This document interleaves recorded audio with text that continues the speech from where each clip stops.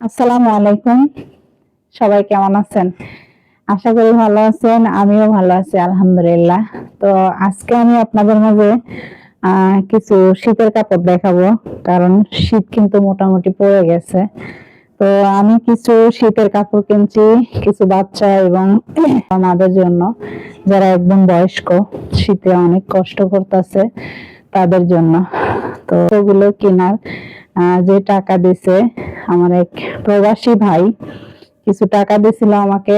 সেইখান থেকে আমি আসলে এই শীতের কাপড়, যারা রাস্তায় থাকে বিশেষ করে এবং অনেক বয়স্ক বাবা মা আছে, তারা অনেক কষ্ট করছে।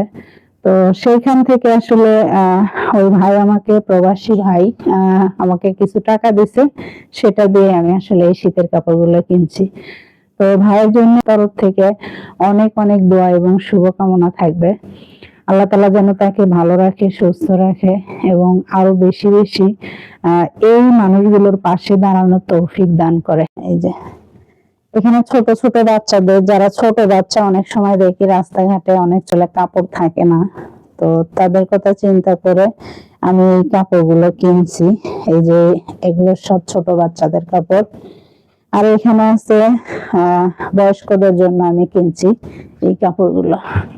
এই যে এরকম বয়স্কদের জন্য কিনছি, এরকম যেন তাদের পরতে সুবিধা হয় এই কাপড়গুলো। তো এখানে আসলে ছেলেদের জন্য হচ্ছে, বয়স্ক যারা চাচা আছে তাদের জন্য মোটা, ঠান্ডা কম লাগবে, এই যে এই কাপড়গুলো।